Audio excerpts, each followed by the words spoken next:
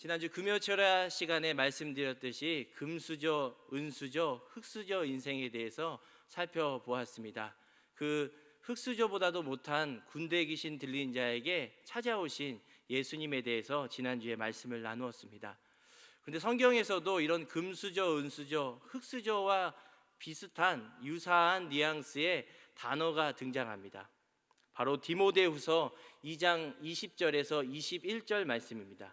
우리 디모데후서 2장 20절에서 21절 말씀은 다 같이 읽도록 하겠습니다. 시작. 큰 집에는 금그릇과 은그릇뿐 아니라 나무그릇과 질그릇도 있어 귀하게 쓰는 것도 있고 천하게 쓰는 것도 있나니 그러므로 누구든지 이런 것에서 자기를 깨끗하게 하면 귀히 쓰는 그릇이 되어 거룩하고 주인의 쓰심에 합당하며 모든 선한 일에 준비함이 되리라. 아멘. 여기 말씀에서도 지난주에 살펴본 금수저, 은수저, 흙수저와 유사한 금그릇, 은그릇, 나무그릇, 질그릇이 등장합니다. 만약 하나님께서 오늘 여러분들에게 너는 이 네 가지 그릇 중에 어떤 그릇이 되고 싶냐라고 물으시면 여러분들은 어떤 그릇을 택하겠습니까? 정직하게 마음속으로 한번 대답해 보시면 좋겠습니다. 금그릇인가요? 질그릇인가요? 분명히 중간 그릇은 선택하지 않을 것 같아서 금그릇인가요? 질그릇인가요? 아마 마음속으로는 금그릇이 되고 싶다라는 마음이 있을 겁니다. 누구나 이왕 그릇이라고 한다면 질그릇보다는 금그릇이 더 낫죠. 왜냐하면 금그릇은 사람들이 애지중지 여기기 때문입니다. 대우받고 높이 들려지고 계속 닦습니다. 이렇게 흔한 것도 아니죠. 우리 성도님들 중에 집에 금그릇 있는 분 혹시 계신가요? 네, 손을 안 들고 계시는데 다 하나씩은 가지고 있는데 누가 가져갈까 봐 안 드시는 건가요? 네, 아니시죠? 아마 금그릇 하나만 있어도 그걸 보이는 곳에 안 놔둘 것 같아요. 장롱 속 깊은 곳에 놔뒀다가 애지중지 여겼다가 진짜 어렵거나 금값이 치솟으면 팔아야지 라고 생각할 겁니다. 세상적으로 보면 금그릇과 은그릇은 그 자체로 귀한 그릇이라고 여깁니다. 나무그릇과 질그릇은 그 자체로 천한 그릇이죠. 그런데 오늘 디모데후서 2장 말씀을 다시 한번 살펴보겠습니다. 하나님께서 정말로 이 금그릇과 은그릇만 귀한 그릇이라고 말씀하나요? 하나님이 보실 때 정말로 귀한 그릇, 가치 있는 그릇은 금그릇과 은그릇이다 라고 말씀하는지요? 아닙니다. 바로 디모데후서 아까 2장 말씀을 보면 누구든지 이런 것에서 자기를 깨끗하게 하면 귀히 쓰는 그릇이 된다라고 말씀합니다. 세상은 금그릇과 은그릇만 귀한 그릇이라고 여기는데 하나님은 그것이 아니라 누구든지 이런 것에서 자기를 깨끗하게 하는 그릇이 주인의 온갖 좋은 것에 요긴하게 쓰이는 귀한 그릇이다 라고 말씀하는 것입니다. 세상의 가치관으로 보면 우리의 인생은 태어나면서부터 존귀한 인생이 따로 있는 것 같아요. 세상의 가치관으로 보면 어떤 인생은 참으로 그냥 그 자체로 비참한 인생을 살아가는 것 같게 느껴집니다. 금그릇같이 대접받을 만한 인생이 따로 있는 것 같고 질그릇같이 버림받아 마땅할 만한 그런 인생이 따로 있는 것 같이 여겨집니다. 그런데 지난 시간에도 살펴봤듯이 하나님이 우리의 삶을 보실 때에는 누구든지 어떤 인생이든지 예수 그리스도를 보내주실 만큼 귀한 인생으로 우리를 보신다는 것입니다. 예수님을 믿고 죄사함 받고 정결함을 받아 하나님의 자녀가 되어야 주님의 합당한 자녀로 주님의 합당한 일에 귀하게 쓰이는 그릇으로 살아갈 수 있다라고 말씀합니다. 오늘 본문을 통해 우리의 삶이 약하고 볼품없고 세상적으로 볼 때는 비참하다 생각할지 모르나 우리의 삶 속에 찾아오시는 예수 그리스도를 만나고 그분의 음성을 듣는 귀한 시간이 되시기 바랍니다. 오늘 본문 7절 말씀에 보면 놀라운 말씀이 등장합니다. 사도 바울이 이렇게 고백해요. 우리가 이 보배를 질그릇에 가졌다라고 합니다. 보배이신 예수 그리스도와 그분의 십자가가 나 질그릇과 같은 내 인생 속에 하나님께서 담아주셨다라고 사도 바울이 고백하고 있는 것입니다. 당시 질그릇은 구리그릇과는 달리 값싸게 여겨졌습니다. 쉽게 버려졌습니다. 약하고 볼품없고 사람들이 거들떠 보지도 않는 가장 비천한 그릇이었어요. 심지어 레위기 11장 33절을 보면 하나님께서 이렇게 말씀하세요. 질그릇이 부정해지면 당장 깨트려라. 부정해지는 그 순간 당장 깨트려야 한다라고 하나님께서 말씀하신 것입니다. 이처럼 질그릇 인생은 언제든지 부정해지면 깨어져야 하는 인생이라는 것입니다. 그래서 이 질그릇을 볼 때 우리의 인생과 비슷한 것 같아요. 모든 인간은 태어나면서부터 아담의 범죄를 지니고 살아갑니다. 하나님의 저주와 심판으로 언제든지 그런 심판을 받아야 마땅한, 저주받아야 마땅한 죄인의 삶을 살고 하는 것이죠. 돈이나 명예로 자기를 포장하고 스스로 남들보다 더 강해 보이려고 하나 죽음 앞에는 무력한 것이 모든 죄인된 인간의 삶입니다. 또 질그릇을 보면 다른 그릇과는 달리 이 삼투하는 능력이 있습니다. 흡수하는 거예요. 그 부정하고 더러운 내용물을 담으면 이 질그릇이 그것을 흡수하는 거예요. 다른 그릇과는 달리. 그래서 하나님께서 이 질그릇이 부정해지면 당장 깨뜨려라 라고 하는 말씀이 이런 이유 때문입니다. 질그릇은 씻어도 안 된다, 닦아도 안 된다, 부정해지면 당장 깨뜨려라 라고 하나님께서 엄히 말씀하신 거예요. 이걸 볼 때도 죄인의 삶과 유사합니다. 아담의 범죄로 타락한 우리들의 인간은 그 아담의 범죄가 우리 안에 깊이 스며들었습니다. 우리 인간이 아무리 선한 행위를 하고 자기 노력을 한다고 해도 그 노력과 행위 속에 이 죄된 더럽고 추악한 죄의 본성이 묻어서 나온다는 것이죠. 질그릇과 같은 우리의 삶을 아무리 씻으려 해도 닦으려 해도 인간의 행위로는 불가능한 것입니다. 그렇기 때문에 부정한 내용물을 머금은 질그릇과 같이 아담의 범죄를 가지고 태어난 인간은 당장에도 언제든지 깨뜨려져야 하는 그런 인생이라고 말씀하고 있는 것입니다. 그런데 사도 바울이 7절과 같이 이 질그릇과 같은 내 삶 속에 보배이신 예수 그리스도께서 오셨다라고 고백하는 것입니다. 그러니 얼마나 놀라운 말씀입니까? 약하고 볼품없고 부정한 질그릇, 언제든지 부정하면 당장 깨트려져야 하는 그 인생 속에 보배이신 예수 그리스도께서 오셨다라고. 오시고 그냥 가시는 것이 아니라 나의 인생이 뭐가 좋아서 하나님께서 나를 사랑하셔서 내가 성령으로 너와 세상 끝날까지 함께 하겠다라고 약속해 주시는 것입니다. 보통 세상에서는 귀한 물건은 특별한 장소에 담죠. 귀중한 보관함에 담기 마련입니다. 이런 세상적인 가치관으로 예수님께서 오셨다면 아마 금그릇 인생만 찾아가셨을 겁니다. 내가 좀 하나님인데 내가 좀 이렇게 거할 만한 인생 없나 어디? 금그릇 인생만 가신 거죠. 그런데 그렇지 않다는 거예요. 금그릇과 같이 내가 잘나서 내 삶이 가치 있어서 하나님이 나를 선택하신 것이 아니라고 성경은 말씀합니다. 주님께 내가 사랑받을 만한 조건이 있고 구원받을 만한 자격이 있어서 우리를 구원하신 것이 아니라고 하나님은 말씀합니다. 고린도서 12장 9절에 나에게 이르시기를 내 은혜가 내게 족하도다. 이는 내 능력이 약한 데서 온전하여 짐이라 하신지라. 그러므로 도리어 크게 기뻐함으로 나의 여러 약한 것들에 대하여 자랑하리니 이는 그리스도의 능력이 내게 머물게 하려 함이라. 하나님께서는 우리의 여러 가지 약함, 볼품없는 흠도 많고 당장 깨뜨려져야 하는 그 삶 속에 우리를 찾아오신 것입니다. 왜 그렇습니까?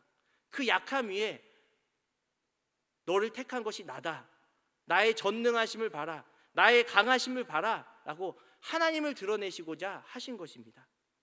내 삶이 약하고 볼품없고 질그릇과 같은 삶처럼 느껴지시나요? 그렇다면 오늘 이 밤에 간절히 기도하여서 내 안에 살아계신 주님, 그 주님의 음성을 듣고 간절히 기도하는 여러분들 되시기 바랍니다. 저는 결혼 반지가 없습니다. 청년이라고 여기진 않으시지만 결혼하고 둘 다 반지가 어색해서 한 달 끼고 벗었습니다. 답답하고 숨 막히고 혈액순환도 안 되고 혈압이 오르는 것 같아서 벗었습니다. 그래서 이 반지를 저기 화장대에다가 보관하니까 반지가 분명히 제가 생각할 때는 잃어버리거나 도둑맞겠다라는 그런 깨달음을 하나님이 주셨는지 아니면 제가 생각했는지 모르겠습니다. 그래서 아내가 임신할 때 입덧이 심해서 일을 그만두고 당시 한 130만 원 되는 제 사례비로 같이 생활했습니다. 근데 출산하면 산후조리원을 가겠다라는 말을 들었어요. 그 주변에 결혼한 선배들이 하는 말을 많이 들었는데 그 말이 무엇냐면, 임신할 때 서운하게 하면 너 그거 평생 간다. 조심해, 조심을 기해라. 잘못이 있는지 항상 살피고 또 살펴라. 그래서 저는 그 말을 많이 들었기 때문에 정말로 그 평안하게 살고자 노력하고 싶었습니다. 결혼 전에는 아기를 낳는 사람을 보면 그냥 순풍순풍 잘 낳기 때문에 제가 가진 그 경험으로는 무슨 큰 대변 눕는 그 느낌으로 아기를 낳는 거 아닌가라는 이런 철이 없는 생각을 했습니다. 그래서 이 아내가 그렇게 정말로 힘들게 고생하는 걸 보면서 회개하면서, 물론 밤에 자라고 해서 그냥 자기도 해서 지금 그것 때문에 지금도 많이 말하고 있는데, 왜 여자들은 자라고 왜 그걸 말하면 남자는 그대로 하거든요. 자라고 해서 잤는데 진짜 자냐고. 그래서 지금도 괴롭고 있는데, 아무튼 결혼 반지를 팔아서 산후조리원의 비용에 보탰습니다. 뭐 그걸 다 된 것도 아니고 결혼 반지가 싸기 때문에. 근데 당시에 그 결혼할 때 30만 원 정도 되는 금십자가를 저희가 받았습니다. 그래서 반지는 안 껴서 파는 명분이라도 있죠. 이 금십자가를 팔고 싶었는데 명분이 없는 거예요. 왠지 이 가론 유다 같고 주님께 죄송하고, 그렇게 어렵진 않은데 팔까 말까 고민하다가 그래, 아무리 어려워도 우리가 평생 이 십자가를 간직하고 가야지. 그래서 둘 다 합의하에 안 팔았습니다. 그렇게 보석함에 잘 보관되겠지라고 생각했는데, 이제 저희 딸 돌이 되어서 돌반지가 들어와서 이제 보석함에다 같이 보관해야지, 진짜 어려울 때 팔아야겠다라고 해서 넣어놓으려고 했습니다. 근데 보석함을 열어보니까 금십자가가 없는 거예요. 서랍을 샅샅이 뒤져도 없어요. 진짜 방 안을 온종일 샅샅이 뒤져도 분명히 거기다밖에 놓은 적이 없는데 없는 거예요. 그래서 이제, 여보 혹시 나 몰래 팔았어? 솔직하게 얘기해봐. 내가 용서할게. 정직한 영은 하나님도 기뻐하시고 사람도 사랑한다? 말해봐. 안 했다는 겁니다. 어디 갔지? 곰곰이 생각하는데, 저 신혼집은 이렇게 열쇠였어요, 그 당시. 근데 열쇠로 잠깐이니까 안 잠그고 이제 다니고 했는데, 아마 저도 모르는데 이제 도둑님이 그 여자 화장대 보석함을 열고 그것만 싹 빼간 것 같아요. 도저히 없어요. 금반지는 그래도 미리 팔아서 얼마나 다행인지. 근데 그 금십자가 너무 아까운 거예요. 이 사례비 4분의 1 정도 되는 그 금십자가 그때 팔았어야 되는데 근데 그 당시에 그 온통 거리에는 무슨 하나님이 그 섭리인지 몰라도 김광석 노래가 막 퍼지는 거예요. 잊어야 한다는 그 마음으로 내 텅 빈 방문을 닫은 채로 아직도 남아있는 너의 향기 내 텅 빈 방 안에 가득한데. 왜 이 노래만 계속 나오는지 모르겠어요. 아직도 남아있는 그 금의 향기 내 텅 빈 보석함에 가득한데. 그래도 뭐 잊으려고 해도 잊어지지가 않는 거예요. 그래서 찾을 수 있겠다, 한번 찾아보자, 안 가져갔을 거야 하고는 몇 달 동안 보석함을 안 버렸습니다. 근데 말씀을 준비하면서 생각한 것이, 그렇게 아무리 고급지고 귀하게 여기는 보석함도 이 보석이 없으면 아무 가치가 없다는 것을 깨닫게 되었습니다. 여러분, 그 보석함에 혹시 지우개 담는 분들 계시나요? 클립이나 압정, 열기도 힘들어서 보석함은 보석이 없으면 버려집니다. 근데 만약 누군가가 여러분이 이 검은 비닐봉지 그 안에 10억 다이아를 넣어서 준다고 한번 생각해 보세요. 10억 다이아. 저는 가난해서 뭐 붙어있는 반지 안 하고 그냥 생금이었는데 붙어있는 다이아 반지, 상상만 해도 좋죠. 여성분들 아마 상상만 해도 좋으실 것입니다. 지금 막 이렇게 입가에 웃음이 가고 계신 분들 계시고, 어떤 분은 옆에 계신 남편 보시는데 보지 마세요. 남편이 해줄 수가 없습니다. 그냥 상상만 해보시죠. 여러분, 검은 봉지가 마음에 안 들어서 이 뭐야 검은 봉지 그러고 안 받겠습니까? 여러분, 여성분들 10억인데 상식적으로 이 검은 봉지와 10억 다이아는 어울리지 않는 짝이죠. 격에 맞지 않는. 그런데 검은 봉지 안에 이 10억 다이아를 넣어서 준다고 해서 이 반지의 가치가 하락하나요? 아니죠. 오히려 그 다이아 반지를 머금은 검은 봉지의 가치가 올라가는 것입니다. 그냥 검은 봉지만 있으면 금방 구겨져 버려져야 할 운명입니다. 땅에 떨어져도 사람들이 줍지 않습니다. 밟고 지나갑니다. 거들떠 보지도 않습니다. 근데 만약에 그 안에 10억 다이아가 담겨 있는 검은 봉지라고 하면 그때는 말이 다른 것입니다. 그냥 봉지가 아닌 것이죠. 혹여라도 구멍에 빠질까 구겨진 검은 봉지라도 여기에 넣고 고이 품는 것입니다.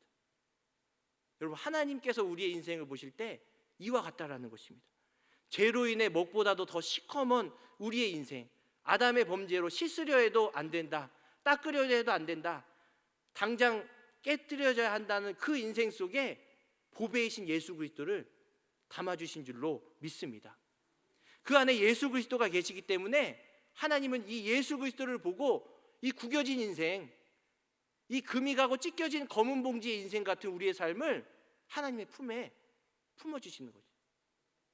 품어주시는 거예요. 너는 내 것이다. 내 아들 예수의 피가 묻은 내 인생, 내 것이 아니다. 너는 내 아들이다, 내 딸이다 라고 하나님의 품에 우리를 안아주시는 것입니다. 여러분, 내가 내 자신을 볼 때 질글과 같고 이런 구겨진 검은 봉지와 같은 삶이라고 여겨지십니까? 그러나 우리의 삶 자체를 보지 마시고 그 안에 계신 예수 그리스도를 바라보시기 바랍니다. 하나님은 오늘도 예수 그리스도로 말미암아 우리의 삶을 긍휼히 여겨주시고 하나님의 품에 안아주신 줄로 믿습니다. 두 번째로 8절과 9절을 보면 사도 바울은 그가 당한 고난과 핍박을 묘사합니다.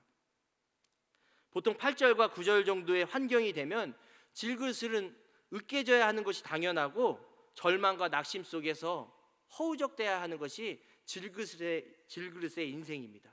근데 사도 바울은 10절에서 예수의 생명이 우리 몸에 나타나서 이 모든 환경을 극복한다라고 합니다.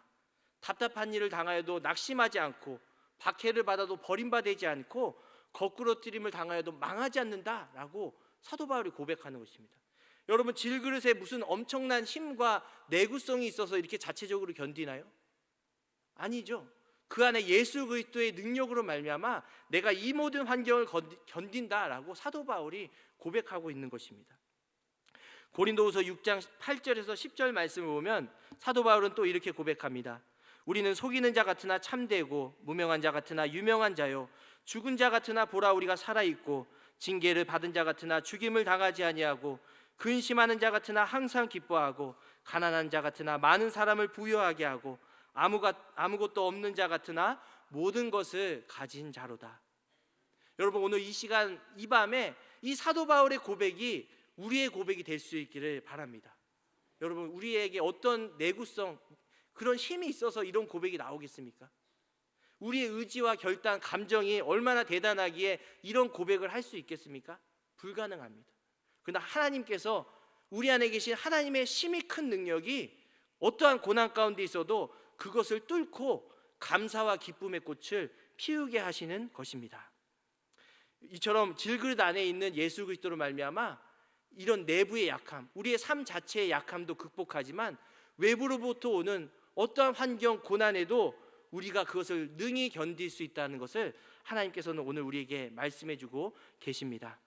심한 고난의 환경 속에 있더라도, 다른 사람들은 그런 환경 속에 있으면 몇 번이고 나가 떨어지지만 우리 안에 계신 성령으로 말미암아 그것을 극복하고 감사와 찬송과 기도로 하나님께 나아갈 수 있는 힘을 허락해 주시는 줄로 믿습니다.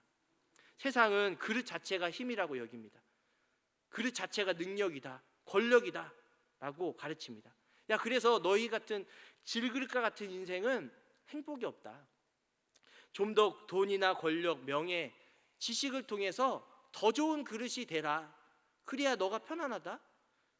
더 좋은 그릇이 돼야지 너가 행복해. 다 너를 위해서야 라고 세상은 속삭입니다. 그러나 지난주에도 살펴봤듯이 우리 모든 인간은 그 안에 나보다 더 크시고 귀하신 예수 그리스도가 오셔야만 우리가 영원한 행복과 만족을 얻는 줄 믿습니다. 좋은 그릇이 되어야만 행복하는 것이 아니라, 부한 인생만 행복한 것이 아니라, 세상에 그가 어떠한 삶을 살든 그 인생 속에 예수님이 찾아오셔야만 그 인생이 금수저 인생이, 진정한 금수저 인생이 되는 것입니다. 그러니 이제는 우리의 삶을 보면서 우리 내 삶은 금수저다 흙수저다 따지지 마시고, 금그릇이냐 은그릇이냐 질그릇이냐 비교하지 마시고, 절망하지 마시고, 우리를 택하시고 구원하시고 오늘도 이 밤에 우리를 부르신 그 하나님을 바라보시기 바랍니다.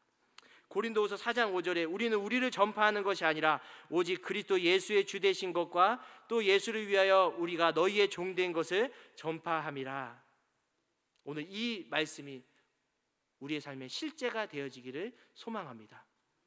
계속적으로 이어지는 12절과 15절의 말씀을 보면 반복되는 단어가 있습니다. 그것은 바로 너희입니다. 너희. 주님의 능력이, 질글과 같은 우리의 삶에 계신 예수 그리스도의 능력이 나만 극복하는 것이 아니라 너희에게도 임하기 바란다라고 사도 바울이 고백하고 있는 것입니다. 12절에 생명은 너희 안에 역사하느니라. 14절에 너희와 함께 그 앞에 서게 하실 줄 아노라.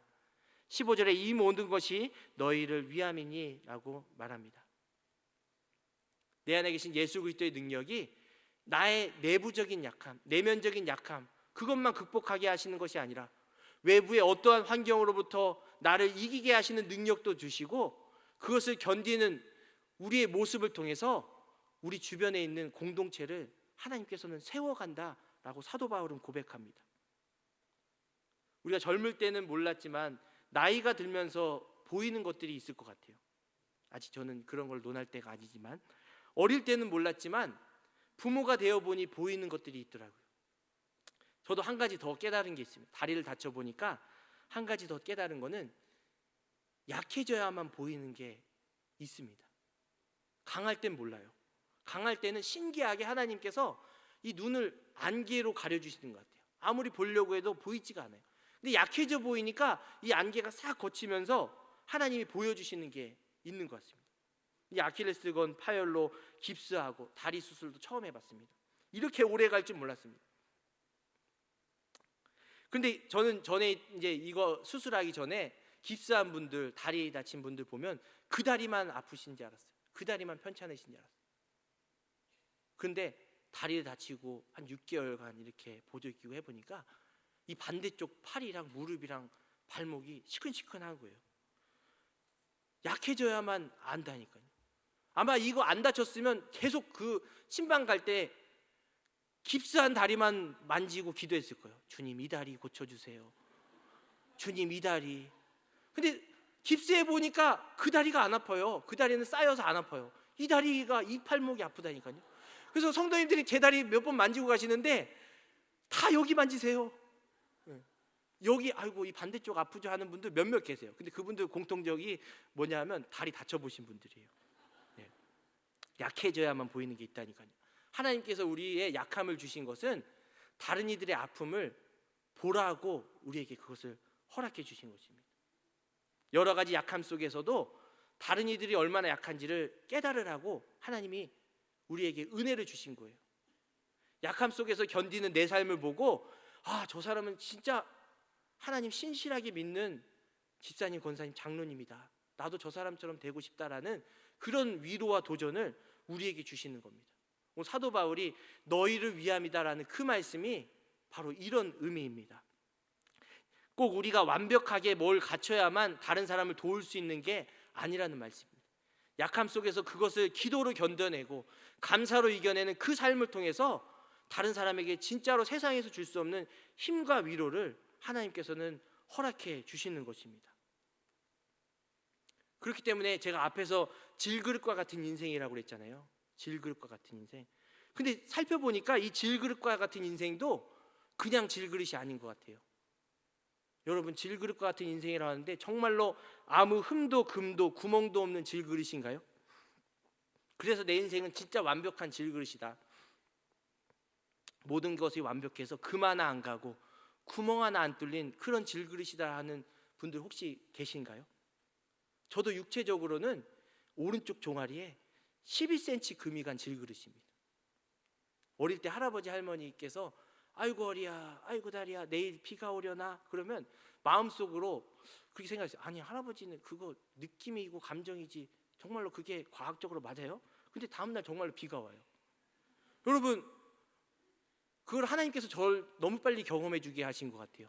다리 수술하고 나서 내 비가 오는지 안 오는지 맞힐 수가 있다니까요. 여기 다리에 거짓신이 찾아와요. 거짓신. 뭔지 아십니까? 욱신. 욱신 막 하나님이 찾아오셔야 되는데 막 욱신 하는 거예요. 그러면 다음 날 어김없이 비 와요. 야, 진짜 이거는 뭐 과학적 논문이 있는지 모르겠는데 누가 한번 논문 쓰시면 좋겠더라고요. 여러분, 약하게 되니까 보이는 게 있다니까요. 그 말이 진심이라는 것을 약해 보니까 알구나, 알겠더라니까요. 여러분, 이렇듯 연세가 들면서 수술 입원 치료하시면서 그럼에도 불구하고 육체적으로 금이 간 질그릇이다 하더라도 하나님께 나오지 않습니까, 여러분? 경제적으로 힘들어서 구멍이 생기고 메우고 메워도 그 구멍이 메워지지 않는데 하나님께 감사 예물을 드리며 선교 예물을 드리며 나아가는 여러분들의 삶이 아닌가요? 믿지 않는 배우자나 자녀를 위해서 몇십 년을 기도해도 요만큼도 바뀌지 않아서 속이 새까맣게 탄 질그릇이 아닌가요? 저도 그 기도를 해봐서 압니다. 믿지 않는 배우자와 자녀를 위해서 그 기도해서 속이 새까맣게 타고 그런 질그릇이 아닌가요? 그런데 하나님께서 이런 약함도 쓰시고자 하면 다른 이들을 힘과 위로를 줄 수 있는 인생으로 우리를 사용하여 주신 줄로 믿습니다. 저희 구교구에는 연세가 많으세요. 그래서 화요전도대에 나오는 구교구분들을 보면 평균 한 63세에서 5세 정도 되시는 것 같아요. 70이 넘으신 분도 많이 오시고, 비가 와도 날씨가 더워도 나오세요. 거의 20명. 제일 꼴등이에요. 제일 적습니다. 그런데 그 성도님들을 보면 목회자로서 진짜 힘이 나고 도전이 된다니까요. 근데 한편으로는 마음이 짠할 때도 있어요. 왜 그러냐면 저 권사님, 집사님 제가 몇 달 전에 무릎 시술한다고, 허리 시술한다고 제가 신방에서 기도해 준 그 허리와 무릎과 관절을 이끌고 복음 전하러 나오시기 때문입니다. 허리가 아픔에도 불구하고 오후에 물리치료를 예약하고 오전에 시간을 비워두고 화요전도에 나오시는 권사님도 계십니다. 피부가 약해서 트러블이 생겨서 기도 제목을 내고 저도 끊임없이 기도하는데 그 땡볕에도 양산을 쓰고 나오신다니까요. 뭐 저희 구교구뿐만 그러겠습니까? 여러분들의 삶을 봐도 그렇습니다. 지금 이 밤에 우리 청년들 불타는 금요일 불금을 보내야 되는데 성령의 불 받고자 지금 이 자리에 나온 거예요. 여러분, 이 귀한 청년들 직장일 마치고 TV 보면서 수박 화채 먹으면서 이거 뭐 재밌는 거 없어요, 여보? 이렇게 할 수도 있는데 이 하나님의 말씀을 사모해서 이 자리에 나오신 여러분들이 대단한 겁니다. 먼 거리임에도 불구하고 자가용으로 30분 넘게 뭐 1시간 정도 걸려서 오신 분도 계신지 모르겠는데 교회 버스를 타고 이 밤에 발이 헛디디면 내 건강이 금방이라도 사갈 것 같은 그 막 연한 연골, 무릎, 허리를 이끌고 나오신 성도님들이 계시다니까요. 이것을 보면 정말로 질그릇 안에 힘이 큰 능력이 그 사람만 힘을 있게 하는 것이 아니라 우리 공동체를 세워주고 도전을 주고 위로를 주는 것은 분명합니다. 우리 모두는 이처럼 그냥 질그릇도 아니고 어딘가에는 경제적으로, 육체적으로, 관계적으로, 신앙적으로 금이 가고 구멍난 그런 질그릇과 같은 것 같아요. 내가 잘나서 버티는 것이 아니라 주님의 은혜로 우리는 하루하루 버텨가면서 기도하면서 이겨내는 인생인 줄로 믿습니다. 교회에서 힘과 위로를 받고 세상에 나가 힘있게 살아가도록 하나님은 이 우리 공동체를 허락해 주신 줄로 믿습니다. 그래서 우리 교회에 오면 진짜 다른 사람의 삶을 보면서 내가 위로를 받는 그런 모임이 되었으면 좋겠어요. 저분들을 기도하는 모습을 보면 내가 감동을 받고 도전을 받고, 또 저런 사람의 실수와 상처가 있다면 내가 기도해서 아물게 하고, 그런 공동체가 되었으면 좋겠습니다. 저희 집 애기 멘트는 올해는 새 걸로 샀지만 작년까지만 해도 동생이 먼저 결혼을 해서 동생이 쓰던 거 물려받아서 중고였습니다. 근데 그 매트를 보면 이게 흠집이 나 있는 거예요. 스크래치가 나고 구멍도 나고. 근데 이제 그걸 가만히 놔두면 되는데 제 딸이 그 당시에 한 3살 됐는데 그 스크래치를 계속 긁는 거예요. 이렇게 주아야 왜 긁니? 아빠 여기 이상해. 이상해서 자꾸 긁어. 아니야 주아야, 그렇게 긁으면 더 구멍 커져. 긁지 마 하고 제가 몰래 이렇게 큰 스티커를 붙여놨어요. 긁지 말라고. 야, 근데 그 조그만 눈, 저보다도 더 조그만데 그 눈을 가지고 그 스티커를 어떻게 떼고 또 긁는 거예요. 야, 진짜 집요해요. 붙이다 안 돼서 그냥 포기했습니다. 그래서 어느 날 이게 더워서 이제 상의를 벗고 매트에 눕는 날이면 막 여기 얼굴에 부스러기가 붙고 막 등에도 막 부스러기가 붙어요. 근데 그걸 보면서 제가 말씀을 준비하면서 깨달은 게 뭐냐면, 혹여라도 교회 공동체 안에 이런 행동과 말이 있지 않을까라는 생각을 하게 된 거예요. 다른 사람의 흠과 상처를 보면서 그렇게 덮어줘야 되는데, 기도해주고 사랑으로 품어줘야 되는데 긁는 거예요. 목사님, 부임한 지 얼마 안 됐죠? 일로 와보세요. 저 집사님, 아이고 조심해.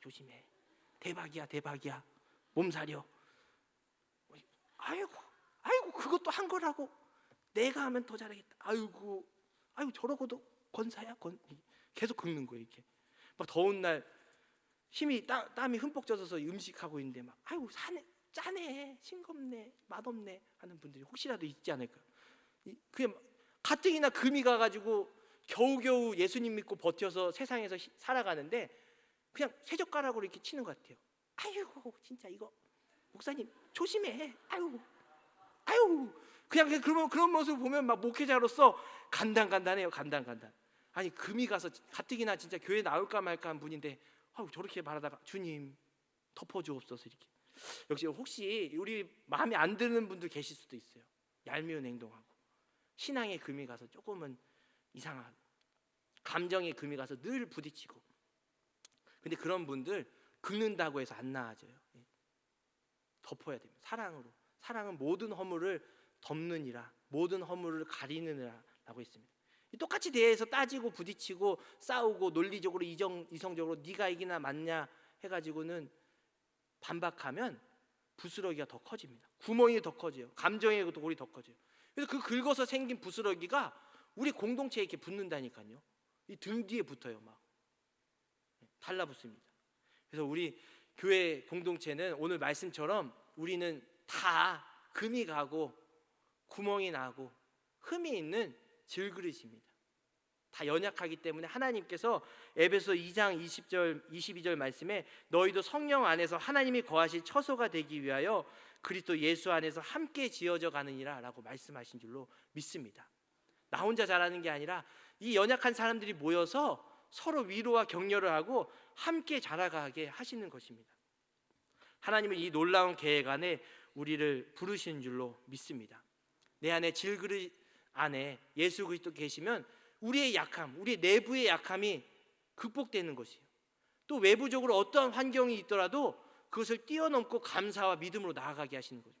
더 나아가서는 이렇게 견디는 삶을 통해서 우리 주변에 있는 사람들에게 힘과 위로와 격려를 주는 삶을 살아갈 수 있게 하나님은 우리에게 믿음을 주신 줄로 믿습니다. 오늘 기도의 시간에 기도할 때 우리의 삶을 돌아보시면서 기도했으면 좋겠습니다. 삶 자체를 놓고 혹여나 원망하고 불평하지 않았는지 돌아보시며 회개하시고, 또 주님 내가 여기저기 이런 경제적인, 육체적인, 사회적인, 신앙적인 금이 갔습니다. 구멍이 났습니다. 메우고 메워도 메워지지 않습니다. 그럼에도 불구하고 그것을 메워달라는 기도보다 하나님 내게서 예수 그리스도의 능력이 더욱더 나타나게 하여 주시옵소서라고 기도하시기 바랍니다. 하나님께서 간절히 찾고 주님께 구하는 그 삶을 긍휼히 여겨주실 줄로 믿습니다. 우리 안에 계신 예수 그리스도를 말미암아 오늘도 하나님은 그 품 안에 우리를 품어주시고 너는 내 딸이다, 내 아들이다, 너는 내게 부르짖으라 라고 우리를 기도의 가운데로 초청하여 주실 줄로 믿습니다. 그렇게 간절히 주님을 찾고 구하는 오늘 금요철야 시간 되시기 바랍니다. 기도하겠습니다. 하나님 감사합니다. 오늘도 연약한 우리들을 불러주셔서 우리가 다른 곳에 있지 아니하고 기도할 수 있는 자리로 인도하여 주시니 감사합니다. 주님, 우리들의 인생은 약하고 볼품없고 삶의 여러 가지 어려움과 고난으로 여기저기 금이 가고 구멍난 질그릇과 같은 삶입니다. 그럼에도 불구하고 우리를 긍휼히 여겨주셔서 주님의 은혜로 우리 삶에 보배이신 예수 그리스도를 보내어 주심을 감사드립니다. 예수님으로 인하여 우리의 내면의 모든 연약함을 극복하게 하여 주시옵소서. 예수님이 주신 능력으로 외부의 심한 고난과 어려움의 고비들을 능히 이기게 하여 주시옵소서. 더 바라기는 고난 가운데 견디는 믿음을 주셔서 나와 우리 공동체가 나의 삶의 모습을 보고 지금도 고통 속에 신음하는 많은 이들에게 참된 위로와 힘을 전해주는 하나님의 귀한 그릇으로 쓰임받게 하여 주시옵소서. 이 밤에 우리 기도 시간에 찾아오셔서 연약한 우리의 기도에 힘을 더하여 주시고 주님이 주신 능력으로 간절히 주님께 부르짖고 응답받는 예배 시간 되게 도와주시옵소서. 감사드리며 예수님의 이름으로 기도드립니다. 아멘.